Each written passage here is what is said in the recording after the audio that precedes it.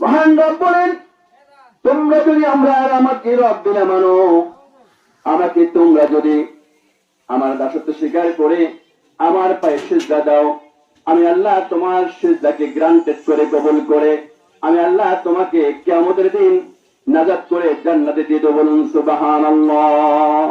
সেভাবে সিজদা দিতে হবে, সিজদার মতো সিজদা দিতে হবে। এই পুকুর দিয়ে উঠে আবার পুকুর দিয়ে দিলাম, এটার নাম সিজদা নয়। তাকওয়া অবলম্বন করে আল্লাহ তাআলাকে হাজির নাজির জেনে আল্লাহর কুদরতি পায়ে সিজদা দিতে হবে। বলুন ঠিক কিনা? আল্লাহ বলে, বান্দা কিয়ামতের দিনে কঠিন মুসিবতের সময় তোমার সুন্দর পোশাককে আমি দেখবো না, সুন্দর বড় লম্বা দাড়ি দেখবো না, সুন্দর টুপি দেখবো না, পাগড়ি দেখবো না। আমি দেখবো তোমার কপালের একটা নূর চমকাইবে। ওই নূর দেখে দেখে আমি আল্লাহ তোমাকে নাজাত করে জান্নাতে দিয়ে। বলুন সুবহানাল্লাহ। হাজার হাজার মানুষ কিয়ামতের দিন ওই কঠিন মুসিবতের সময় হুতাল করে কান থাকবে। লক্ষ লক্ষ কোটি কোটি মানুষ শাস্তির ময়দানে বসে থাকবে। আল্লাহ বলবেন, এ বান্দা তুমি আসো সিংহাসনে বসো, ডান পাশে বসো, বাম পাশে বসো। লোকেরা বলবে, কি ব্যাপার?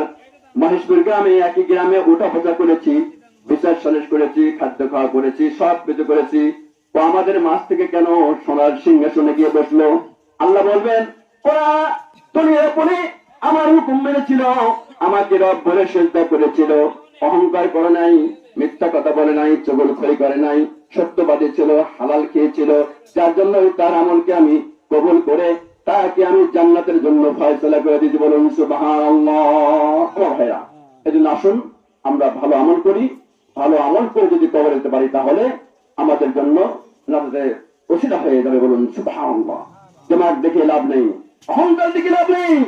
আসুন আমরা সঠিক সিদ্ধান্ত উপনীত হয়ে আগামীতে যারা এই দেশ শাসন করবে, অবশ্যই তারা যদি ভালো হয় তাহলে আমাদের ভালো কিছু উপহার দেবে। বলুন ঠিক কিনা? আর যদি খারাপ হয়, তারা যে আমল করবে, আখলাক করবে, যে পাপ হবে, ওই পাপের ভাগে কিন্তু আমরা হয়ে যাবো। নাউযুবিল্লাহ। সুতরাং হুঁশিয়ার, সাবধান। আসুন এখনো তওবা করে ভালো পথে এসে আমরা ভালোদের সাথে হাত মিলিয়ে চলার চেষ্টা করি। পাপের দন আলিন আলমিন। আসসালামু আলাইকুম ওয়া রাহমাতুল্লাহি ওয়া বারাকাতুহু।